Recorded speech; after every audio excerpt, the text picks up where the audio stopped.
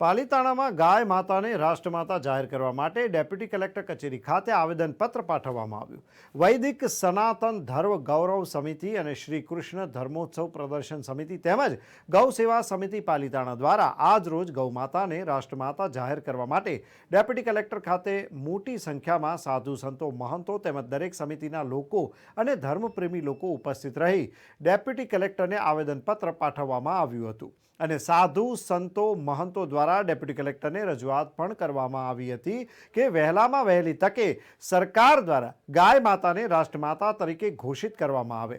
પાલિતાણામાં સાધુ સંત સમાજ, વૈદિક સનાતન ધર્મ ગૌરવ સમિતિ અને શ્રી કૃષ્ણ ધર્મોત્સવ પ્રદર્શન સમિતિ તેમજ ગૌ સેવા સમિતિ પાલિતાણા દ્વારા સરકાર વહેલામાં વહેલી તકે ગાય માતાને રાષ્ટ્રમાતા ઘોષિત કરવામાં આવે તેવી ડેપ્યુટી કલેક્ટરને આવેદનપત્ર પાઠવવામાં આવ્યું હતું. પાલિતાણાના સાધુ સંતોનું કહેવું છે કે સંવૈધાનિક રીતે ગાયને રાષ્ટ્રમાતા જાહેર કરવી જોઈએ, કારણ કે સૌ ગૌપ્રેમી ભાઈઓ જાણે છે કે આપણે ગાયને માતા માનીએ છીએ, પરંતુ સંવૈધાનિક રીતે ગાયને રાષ્ટ્રમાતાનો દરજ્જો આપવો જોઈએ. ગાય રાષ્ટ્રની ધરોહર ગણાશે અને રાષ્ટ્રધ્વજ, રાષ્ટ્રપ્રાણી, રાષ્ટ્રપક્ષી વગેરેની સુરક્ષા અને સંવર્ધન થાય તેવી જ રીતે ગાયની રક્ષા અને સંવર્ધન થવા જોઈએ. ગાય માતાને રાષ્ટ્રમાતા ઘોષિત કરવામાં આવે જેથી કરીને ગૌધન જે આપણું ભારતનું છે એ બચી રહે, અને એના માટે પ્રયત્નો તો ચાલી રહ્યા છે.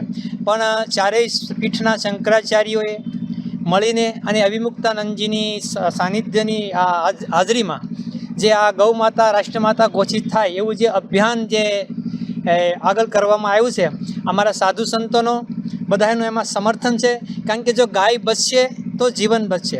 હજી ભવિષ્યની માલિપા જો પણ લોકોને ગાય આધારિત ખેતી પણ આપણે ઊભી કરવી પડશે, કારણ કે ગાય અમૃત છે અને બાકી બધું આપણે ઝેર ખાઈ રહ્યા છીએ. ઝેરનું જો કોઈ મારણ હોય તો એ ગાય છે, એનો શ્વાસ છે, એનું દૂધ છે, એનું મૂત્ર છે અને એનું સાણ, આ બધું જે પંચગવ્ય છે એ આપણા માટે અમૃત છે.